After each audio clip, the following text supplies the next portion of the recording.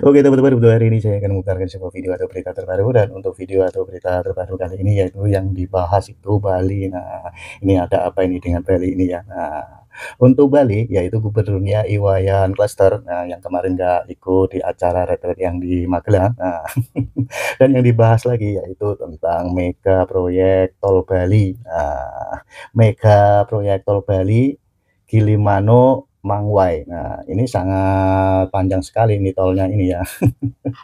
Ya kurang lebih, 90 kilometer. Nah, ini perlu dana atau biaya ini sangat besar sekali, yaitu kurang lebih itu 24,6 T. Nah, ini sangat besar sekali, makanya disebut mega proyek tol. Dan ini ada apa ini tentang mega proyek ini? Nah, ini nggak tahunya sama pemerintah ini di-stop atau dicoret dari programnya ini. Dan ada apa sangkut pautnya ini antara Iwayan Koster sama mega proyek ini ya, kita sebaiknya kita lihat dan kita tonton videonya. Nah, dan seperti biasa untuk video ini dibahas dan dikomentari sama teman kreator kita yaitu Opung Parpelak. Nah, ini sangat seru dan sangat menarik sekali. Oke teman-teman, supaya teman-teman tidak penasaran dengan isi videonya, mari kita langsung tonton videonya. Oke, kita gas saja. Berita baru yang sangat menyedihkan. Gubernur Provinsi Bali Iwayan Koster harus menangis sambil gigit jari karena salah satu PSN proyek strategik nasional terbesar yang ada di Pulau Bali dicoret Bapak Prabowo. Itulah kau melawan aja, kau nggak mau kau ikut retret kemarin. Coba kalau kau ikut retret kemarin nggak gini jadinya. Ini lebih nurut kau sama ketua umum daripada presiden. Kau harusnya tahu diri, ketika kau dilantik kau sudah menjadi milik negara, bukan jadi milik ketua umum. Repot kan jadinya, kan repot kan. Memang dia berdalih katanya begini ya, kalau untuk PSN dicoret itu sudah jauh-jauh hari sebelum retret. Retret waktu itu dari tanggal 21 sampai 28, iya kan? Nah, itu dicoret dari PSN tanggal 10. Jauh-jauh hari, 10 hari jauh-jauh hari gue bilang. Kalau misalnya 5 bulan yang lalu sebelum retret itu baru namanya jauh-jauh hari, jauh-jauh bulan lagi, bukan jauh-jauh hari. Ini cuma 10 hari. Kita nggak tahu ya, memang itu alasan apa namanya dalihnya Iwayan Koster ini, nggak tahu ya kan. Yang penting sekarang jujur aja gue bilang itu harus dicoret, itu sangat merugikan rakyat. Karena apa? Coba bayangkan kalian ya, jalan tol ya mulai dari Mengwi sampai Gilimanuk itu panjangnya itu 96 km ya, melewati sekitar 15 kecamatan dan 56 desa ya. Bayangkan kalian panjangnya itu, dan diharapkan itu bisa membantu perekonomian rakyat, setelah itu bisa membantu arus transportasi, karena memang selama ini katanya macet karena memang dilalui bukan hanya kendaraan kecil, kendaraan besar pun juga lewat situ, truk, bus segala macam ya kan melewati jalur itu. Nah, sekarang ya proyek strategik nasional ya tol Gilimanuk Mengwi harus dicoret, tanggung jawab siapa? Itu mega proyek, Pak. Mega proyek, nilai investasinya tahu kalian berapa? 24,6 triliun. Mega proyek. Nah, kebingungan kan si Koster kan sekarang gini aja, bikin aja proposal sama Megawati, mana tahu mereka sanggup untuk membiayai mega proyek ini. Sodorkan dulu mega proyek ini sama Megawati, kan ada sama-sama meganya. Ya. Nah, itulah dia, inilah resikonya. Makanya aku bilang, kau korbankan kepentingan rakyatmu daripada kepentingan partai. Begini jadinya kan. Tapi ngomong-ngomong, tunggu dulu. Kalian pasti salah fokus kalian sama semangka ini kan. Besar kali kan. Tengok dulu. Aku bukan mau jualan semangka. Dan ingat, ini namanya semangka. Tapi kalau dari Partai Merah, ini bisa diputar balikan jadi terong-terongan. Karena kerja mereka selalu memutar balik fakta. Kalau kita bilang ini hijau, mereka bilang ungu. Kita bilang ini bulat, mereka bilang ini lonjong. Kita bilang ini semangka, yang sebelah sana bilang ini terong-terongan. Jadi sebelum kita lanjut masalah Iwan Koster ini dari mana ya? Jadi ini biar tahu kalian, ini sedikit iklan ya. Ini kemarin ada seorang sahabat, kalau aku bilang sahabat lah sekarang. Kemarin kami jumpa ya di cucian mobil sama seseorang ya. Jadi dia kaget melihat Opung Parbelak, dikiranya Opung Parbelak itu entah di Jakarta atau di Jawa ya kan. Aku mikir kok dipikirnya aku Jawa, aku orang Sumatera Utara, aku bilang gitu kan. Itulah Opung, aku nggak tahu kalau kau itu orang sini katanya gitu kan. Jadi saking senangnya dia diundanglah aku untuk panen semangka ya, toke semangka dia ya. Jadi nama beliau ini kurahasiakan lah ya, kurahasiakan. Dan tahu nggak kalian siapa dia sebenarnya? Dia ini adalah salah satu simpatisan si Merah sampai sekarang. Ya kan, sampai sekarang. Tapi dia berkatakan apa? Ya ini sedikit aja bocoran. Aku dari dulu si Merah bang. Tapi jujur aja melihat tingkah lakunya Ketum dan juga tingkah lakunya Sekjen, makin lama makin muak aku katanya. Tapi aku masih di si Merah.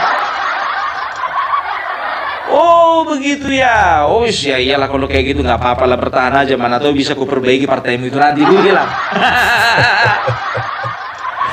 Nah, jadi nyambunglah kamus kami ya kan. Ternyata dia juga sering ya melihat video-video Opung Parbelak dan kebanyakan setuju dengan isi video Opung Parbelak. Nah, saking senangnya dia diundang laku panen semangka banyak kali. Semangkanya itu kalau nggak salah itu hampir 2 hektar itu semangka semua. Luar biasa. Ya, jadi bisa dikatakan kawan ini memang betul-betul petani luar biasa. Jadi, aku bilang sama kalian ya, kenapa dia marah seperti itu? Karena dia tidak terima ya Bapak Jokowi dizolimi. Dia nggak suka gitu ya. Dia lihat partainya, ketua umum dan juga sekjennya juga sudah mulai dari kemarin kok kenapa sih Bapak Jokowi terus yang diserang. Padahal Bapak Joko Widodo itu bisa dikatakan sudah membangun bangsa ini. Ya kita sepemikiran lah Mas, bilang begitu ya kan. Jadi kalau ku perhatikan ya, orang-orang yang cinta Joko Widodo itu ya adalah orang-orang yang memang betul-betul menginginkan bangsa ini maju. Aku kira cuma di media sosial aja pendukung Joko Widodo baik, ternyata di dunia nyata baik-baik semua. Makanya di media sosial ya kan, itu mereka banyak yang mendorong Opung Parbelak ya untuk pergi ke Solo ya. Jadi aku bilang karena aku kerja, aku sanggupi amanah dari kalian, tapi aku berangkatnya bulan 5. Aku harus selesaikan dulu pekerjaanku. Nggak bisa sembarangan aku meninggalkan pekerjaan begitu saja. Aku bilang karena butuh waktu lama untuk ke sana. Dan mereka bilang kan, pokoknya Opung Parbelak masalah ongkos akomodasi pokoknya kita akan tanggung semua. Ya aku bilang ya kan, udah aku bilang dari kemarin aku ini orangnya nggak bisa dipaksa. Sama kayak semangka ini biar tahu kalian 1 karung ku bawa. Mas nggak usah lah Mas, 1 biji aja. Udahlah bawa aja ini. Nggak percaya kalian 1 karung, ku ambil karungnya. Masih di sini karungnya ini biar tahu kalian.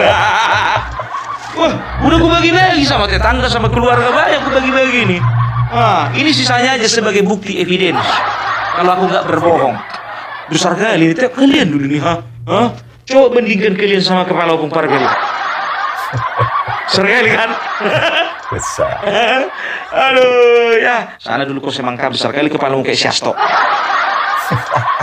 Udah di sini dulu kau.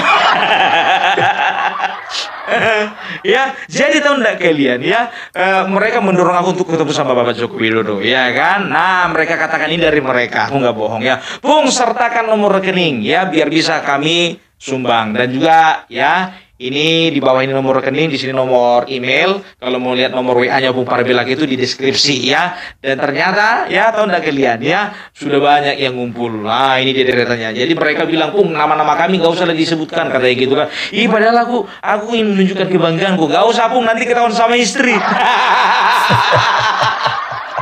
Oke, alright.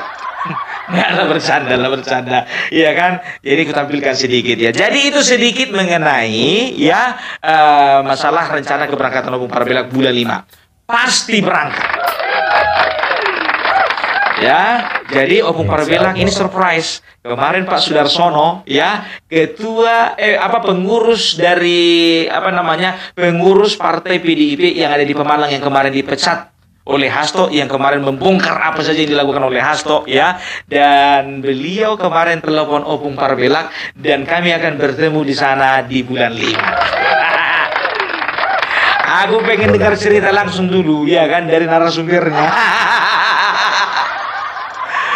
Ya, jadi kita akan ngumpul di Solo nanti bersama beberapa, kalau ku bilang sih bukan cuma sekedar konten kreator, beberapa pejuang-pejuang pembela Bapak Jokowi, ya, pembela kebenaran, pembela NKRI harga mati, ya. Kita akan berada di sana bersama Abang Agri Farhani, setelah itu ada AR Mahmud, setelah itu ada Mas Hengki dari Banyuwangi Official, ya. Jadi kita akan bergabung di sana, ya, mudah-mudahan kita diizinkan, ya, beserta juga Mas Sudarsono, ya. Kita akan bergabung di sana. Kalau misalnya berjodoh kita sama Bapak Jokowi, maka kita akan jumpa dengan Bapak Jokowi. Nah, ini desakan dari kalian semua kan, Opung Parbelak akan menjaga amanah. Dan juga untuk teman-teman yang ada di Solo dan sekitarnya, ya, ingat setelah di Solo nanti Opung Parbelak janji akan ke Jogja, akan ke Pekalongan, ya. Jadi ingin berjumpa dengan teman-teman di sana. Ya dong, Opung Parbelak kan juga kepengen juga bertemu dengan saudara-saudara yang ada di channel Opung Parbelak. Setelah itu Opung Parbelak akan berada di Jawa Barat untuk beberapa hari. Setelah itu kembali ke Jakarta, baru pulang ke Sumatera. Capek, ya kan? Jadi Opung Parbelak juga sudah siapkan uang pribadi. Jadi bukan hanya dari dari penggemarnya Opung Parbelak, teman-teman Opung Parbelak. Opung Parbelak juga sudah komitmen kalau memang harus pakai uang pribadi, pakai uang pribadi. Nah, jadi bagi teman-teman yang ingin berkontribusi, ya, baik 10.000, 20.000, berapapun itu, ya, silahkan, ya. Opung Parbelak tidak pernah memaksa dan tidak pernah meminta-minta. Ingat, ya, ini tidak minta-minta, tapi adalah satu kebanggaan ketika Opung Parbelak mewakili teman-teman semua di sini ingin menunjukkan kepada Bapak Jokowi, Pak Jokowi, Bapak tidak sendirian. Aduh, mudah-mudahan terlaksana. Kita kembali lagi ke Iwayan Koster. Ya, jadi tahu enggak kalian, ternyata ya, pembatalan pembangunan Gilimanuk, jalan tol Gilimanuk Mengwi ini ternyata disambut positif bagi sebagian masyarakat. Ya, kenapa? Karena masyarakat, ya, banyak di sana yang bertani, ya, entah itu pertanian sawah ataupun pertanian sayur atau buah-buahan seperti semangka seperti ini, ya, itu mereka merasa bahwasanya tidak perlu ada penggusuran atau pengalihfungsian, kan begitu. Jadi itu sebagian dari mereka. Ya, kalau kita katakan pro kontra pasti ada, ya. Jadi ada juga masyarakat yang mengeluhkan bahwasanya, aduh, kayak mana lagi ini, ya, kita nggak bisa lagi terhindar dari macet. Ya, sekarang begini, kalau mau salahkan, ya salahkanlah gubernur kalian. Iya kan? Sekarang begini, ya, inilah akibatnya kalau nggak sinkron antara pemerintah pusat sama pemerintah daerah. Ya, datang siapa Iwayan Koster dikatakanlah seperti ini, tenang. Saya yakin bahwasanya pembangunan Gilimanuk dan juga Mengwi ini pasti akan berjalan. Karena apa? Masih ada di program. Bapak, sekarang gue bilang samamu, kalau masih ada di program belum tentu dilaksanakan. Karena apa? Sekarang gini, ya, rencana pembangunan jangka menengah nasional, ya, RPJMN, ya, itu adalah sesuatu yang bisa dikatakan harus dilaksanakan, ya, karena sesuai dengan Perpres ada 77 PSN, ya, sesuai dengan Perpres yang tercantum di dalam Perpres nomor 12 tahun 2025. Hafal lo, Bung, ya? Ya harus hafal lah. Jadi ada 77 PSN, 29 PSN baru, dan ada sekitar 48, ya, 29 PSN baru dan 48 itu PSN lanjutan dari pemerintah sebelumnya, kan begitu. Nah, masalahnya begini, kalau aku jujur saja, kalau misalnya aku sebagai rakyat Bali, ini sangat mengecewakan. Karena apa? Ini betul-betul sangat diharapkan bagi masyarakat Bali, ya, karena ini sebagai penghubung, ya, antara, kalau nggak salah, ya, antara Bali Selatan dengan Bali Utara. Bali ini kan, biar tahu kalian, kan bisa dikatakan, ya, provinsi mungil ini. Kenapa aku bilang provinsi mungil? Karena terdiri dari 8 kabupaten dan 1 kota. Kalau kabupatennya, kalau nggak salah aku, itu Kabupaten Badung, Bangli, Buleleng, Gianyar, setelah itu Karangasem, Klungkung, Tabanan, ya. Setelah itu 1 kota Denpasar. Apa lo, Bung, ya? Opung Parbelak gitu loh. Kalau nggak cerdas, nggak Opung Parbelak namanya. Ya, Opung Parbelak punya saudara banyak di Bali. Ada Iputu, ada Iwayan, ada Imade. Pokoknya yang 3 itu orang Bali semua. Nggak ada orang Batak namanya Imade. Iwayan atau Iputu ya? Pasti orang Bali dong. Sama seperti yang mengirim ini. Kemarin ada teman dari TikTok ya, Imada apa lupa karena udah lama kali ya. Jadi beliau kirim ini ya dari Bali ini langsung. Jadi teman-temanku, saudara-saudaraku yang di Bali, salam. Ya, tapi aku parbilak turut bersedih. Sama mau dibilang nggak jadi jalan tol. Karena jalan tol ini diharapkan menjadi penyambung, ya kan begitu. Otomatis nanti dari satu daerah ke daerah lain itu akan terkoneksi dengan cepat, kan begitu. Pariwisata juga akan berjalan dengan lancar. Setelah itu hasil pertanian boleh didistribusikan atau dikirim dengan cepat, kan begitu. Nah, masalahnya sekarang udah dicoret. Aku masih ingat ini ya, kemarin kalau nggak salah, kalau nggak 2022, 2023 ya, ini kemarin mereka bikin acara groundbreaking ya, peletakan groundbreaking itu acaranya memang betul-betul luar biasa, itu acara besar kan begitu. Enggak taunya mangkrak ya kan, padahal rencananya mau dilelang ya kan, kayak mana mau dilelang udah dicoret-coret. Aduh. Ya jadi biasanya kalau misalnya kepala-kepala daerah ini yang udah nggak bisa diatur lagi sama kepala negara, ya ini memang mereka ini harus dikasih pelajaran. Aku setuju itu. Coba di awal-awal baru dilantik sudah membangkang, kan begitu. Jadi artinya apa? Ini kalau misalnya dikasih hati ini bakalan membangkang terus ini. Mau kebutuhannya aja diperhatikan, kan begitu. Tanggung jawabnya ya sebagai seorang bawahan dari presiden tidak dijalankan, kan begitu ya. Jadi banyak daerah-daerah yang tidak berkembang karena memang apa? Karena nggak sinkron. Kayak mana itu Bung, Sumatera Utara maju walaupun kemarin itu Edi Rahmayadi tidak sinkron dengan pusat. Sekarang begini, masalahnya begini ya, itu Danau Toba dan daerah pariwisata lainnya itu menjadi bisa dikatakan salah satu proyek besar juga untuk pariwisata di bangsa ini, kan begitu. Kenapa bisa seperti itu Bung? Karena sekarang begini, jujur aja aku bilang, ya kan, orang dekat Bapak Jokowi itu ada beberapa orang Batak berpengaruh, salah satunya Luhut Binsar Panjaitan. Iya kan? Beliau itu meyakinkan bahwasanya Danau Toba, Sumatera Utara memiliki potensi. Makanya kalau kalian jalan-jalan ke Danau Toba sekarang, jujur aja aku bilang udah sama kayak Swiss. Bukan Bali lagi, Swiss. Itu makanya, emang mau pernah ke sana ya, orang kampungku di sini ya. Enggak aja kalian. Iya kan? Itu makanya. Jadi walaupun Edi Rahmayadi jadi gubernur, yang dipandang bukan si Edi, tapi Bapak Luhut Binsar Panjaitan. Kan begitu, ya kan, mungkin saja Bapak Luhut Binsar Panjaitan ini, ini udah rahasia umum ini, ya kan, di kalangan orang Batak. Kalau kami yakin itu, ya kan, karena Pak Luhut Binsar Panjaitan itu bisa dikatakan salah satu orang yang berpengaruh gitu kan di pemerintahan Bapak Joko Widodo. Dia bisik-bisik, udahlah Jok, ya Pak Jokowi itu nggak beres memang gubernurnya itu.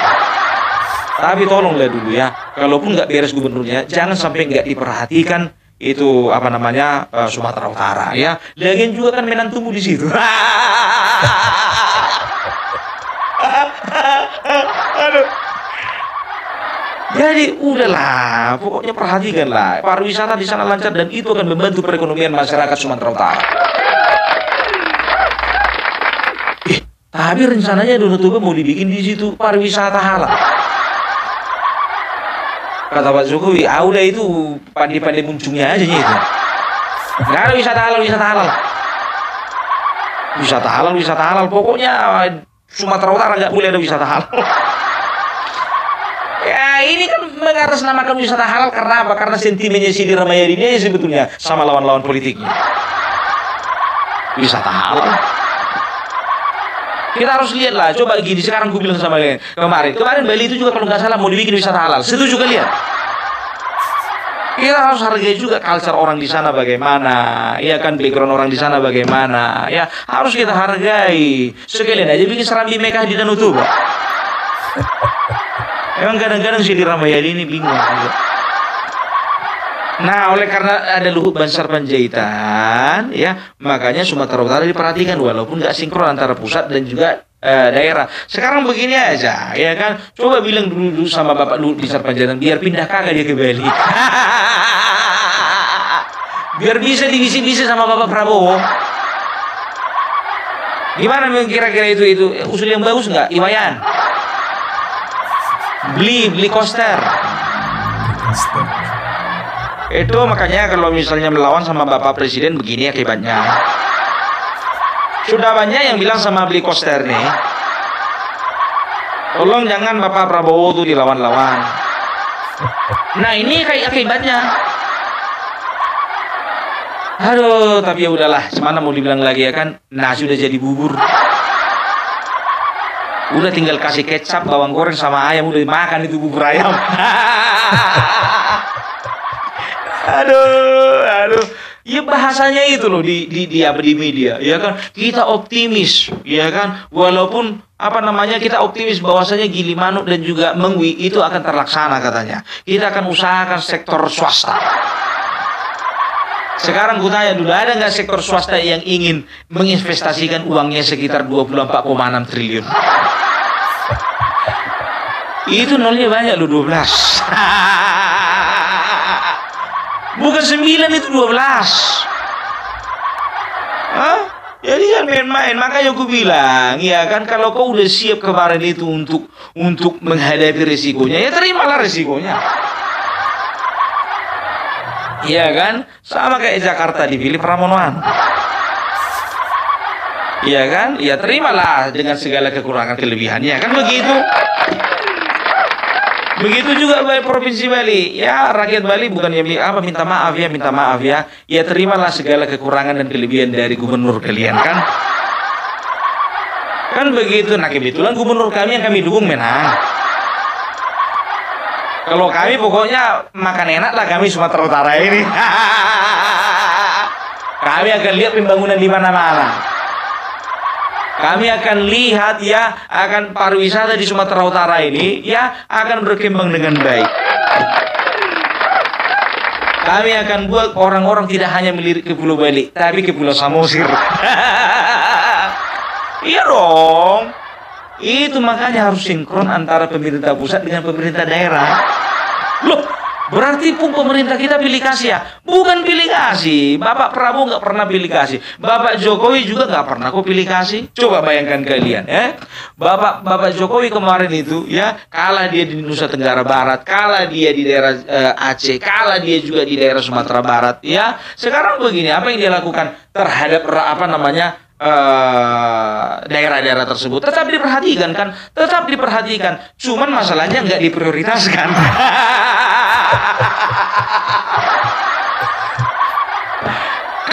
Kalau Bali ya mungkin diperhatikan, tapi nggak diprioritaskan, mau bilang apa? Itu makanya gue bilang harus ada efek jerah sama kepala-kepala daerah yang bikin yang melakukan pembangkangan. Izin dia sakit, tapi nongkrong dia di KB. Aduh. Jadi begitu Pak Iwayan Koster, ya. Jadi minta tolonglah, carilah solusi untuk masalah jalan tol ini. Atau busuklah lagi, ya kan Bapak Prabowo, Pak, saya mau meninggalkan PD Pak, biar saya masuk Gerindra Pak, yang penting jalan tol ini siap. Nah, itu cara paling kotor lah maksudnya. Ya itu langkah-langkah putus asa lah. Tapi kalau dia ini udah nggak peduli lagi nih, mana mau dibilang udah periode kedua kan? Kecuali kalau periode pertama, iyalah nanti ya loncat lagu dari PDIP, tapi ini periode kedua nggak peduli dia. Tapi jujur aja gue bilang, ini hobinya Bapak ini ngelawan ini sama Presiden. Masih ingat nggak waktu masalah Piala Dunia kemarin, kalau nggak salah U21 ya, U21 atau U20, kemarin itu apa dibilangnya? Saya satu-satunya gubernur yang berani menolak Israel datang ke Indonesia. Padahal dia secara langsung dia juga sedang melawan yang namanya Presiden. Gara-gara dia nggak jadi ajang Piala Dunia di Indonesia.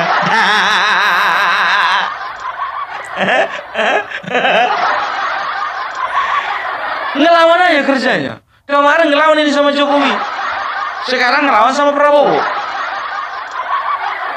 Sekarang manusia ini nurutnya sama siapa sih? Sama Megawati sendiri. Aduh. Ya, jadi ini sebetulnya yang dibilang Bapak Prabowo tadi, ya, raja-raja kecil. Inilah dia raja-raja kecil itu. Iya kan? Tapi ya udahlah, ya. Jadi itu adalah pilihan dari rakyat Bali, semana mau dibilang, ya kan? Kurasa kalau nggak dia gubernurnya kemarin tuh jadi itu jalan tol. Tapi sebetulnya masih ada sih. Jadi aku bilang sama kalian ya, Bali itu masih diperhatikan ya, karena apa? Ada satu PSN lagi ya, ada satu PSN lagi yang apa namanya dikerjakan di Pulau Bali. Apa itu ya? Kalau tidak salah itu namanya PPN, Pusat Perikanan Nasional ya. Pusat Perikanan Nasional itu ada di kabupaten apa ya? Tabanan kalau nggak salah. Lupa aku ya. Lupa aku di kabupaten mana ya. Jadi bisa dikatakan ya Bapak Prabowo tetap memperhatikan, tapi itu dia ya kan. Investasinya cuma sekitar 946 miliar, jauh, jauh. Cuma 946 miliar, nggak nyampe 1 T. Kalau jalan tol ini kan 24 T.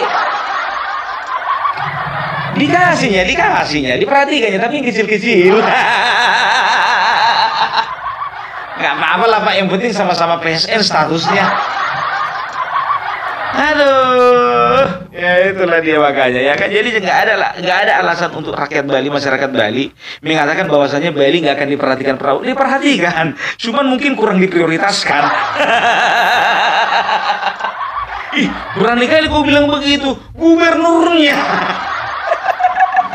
Sekarang aja udah kelihatan dia kan gitu, karena apa? Pembangkang. Aduh. Ini orang sudah berpolitik, dia sudah menjadi tokoh, ini orang sudah menjadi pejabat. Dia kan harus mengerti bahwasanya otoritas tertinggi ketika dia dilantik menjadi seorang gubernur itu presiden, bukan ketua umum. Tanya dulu sama Megawati, Bu, udah ada celengan Ibu. Mana tahu bisa bantu-bantu pembangunan mega proyek itu. Tanya dulu. Atau minta bantuan sama 1.000 pengacara. Iya, gugat itu presiden, gugat. Kalian kan tukang gugat. Pak, kenapa Pak PSN-nya dicoret Pak? Bilang gitu. Ayo keluarkan 1.000 pengacara. Ayo. Aduh, ya jadi aku berbicara bukan tentang norma ya, tapi ini kemungkinan politis ya. Kenapa proyek jalan tol ini memang dicoret ya kan? Memang alasan Bapak Prabowo itu ya kan, kemarin kita tahu ya, bukan hanya proyek jalan tol Mengwi Gilimanuk yang dicoret, tapi ada beberapa lainnya juga dicoret ya. Istilahnya PSN yang dari warisannya Jokowi itu nggak semuanya dilanjutkan oleh karena pertimbangan investasi ya, pertimbangan pembiayaan dan segala macam gitu. Jadi kayak gitu ya Pak Gubernur ya, tahan-tahanlah 5 tahun ini.